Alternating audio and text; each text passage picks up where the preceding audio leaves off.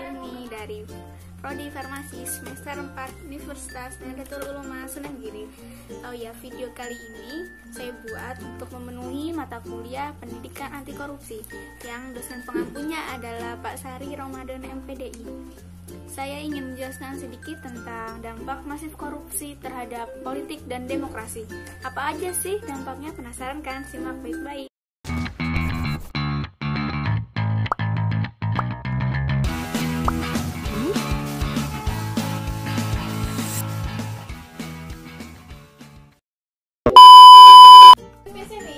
Dampak pasif korupsi terhadap politik dan demokrasi yang terpenting itu ada 4 poin. Yang pertama yaitu munculnya pemimpinan yang korup. Yang kedua yaitu hilangnya kepercayaan publik terhadap demokrasi. Yang ketiga yaitu menguatnya plutokrasi. Dan yang keempat yaitu hancurnya kedaulatan rakyat. Nah, untuk poin pertama yang menjelaskan tentang munculnya kepemimpinan yang korup itu maksudnya carut marut partai politik yang cenderung sangat koruptif menghasilkan masyarakat yang tidak demokratis. Jadi itu bermula dari calon pemimpin pada partai politik yang suka menyuap.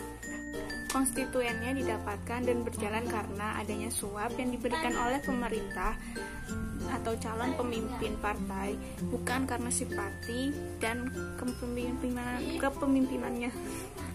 Hubungan transaksional sudah berjalan dari hulu yang akhirnya pun memunculkan pemimpin yang korup juga karena proses yang dilakukan juga transaksional.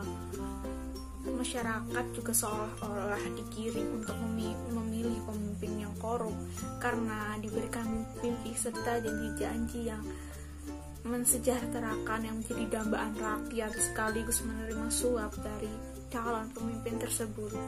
Untuk penjelasan yang kedua yaitu hilangnya kepercayaan publik terhadap demokrasi.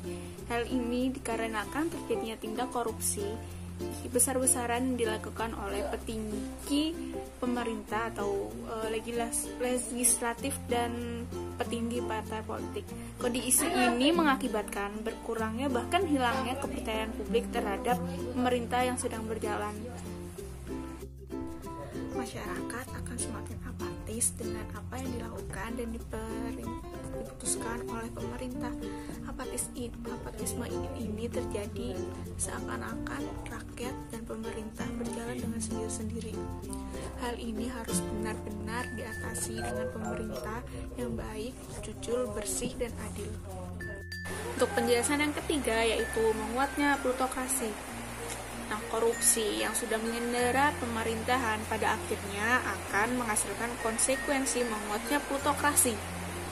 Karena sebagian orang atau perusahaan yang besar-besar melakukan transaksi dengan pemerintah, sehingga pada suatu saat pemerintah mereka lah yang mengendalikan dan menjadi penguasa di negeri ini.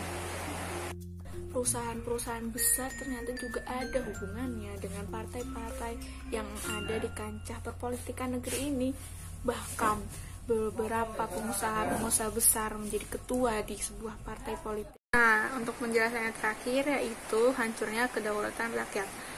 Perusahaan besar mengendalikan politik dan sebagian juga politik digunakan untuk keuntungan perusahaan besar.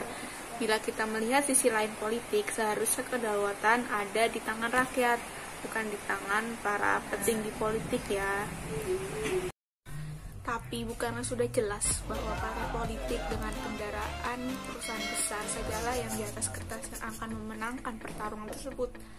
Artinya, sekali lagi hanya ada akan sekelompok orang saja yang akan menang menikmati kepercayaan tersebut. Hal ini terus berulang kali dari masa ke masa. Rakyat terus terombang-ambing dan dalam kemiskinan dan ketidakjelasan ini. Jadi, di manakah kedaulatan rakyat sebenarnya? 2 hours later. Oke, itu penjelasan dari saya sedikit, kurang lebihnya saya mohon maaf yang sebesar-besarnya. Oke, jangan lupa ya like, komen, dan share, oke? Jangan lupa di subscribe juga, oke? Terima kasih, dadah.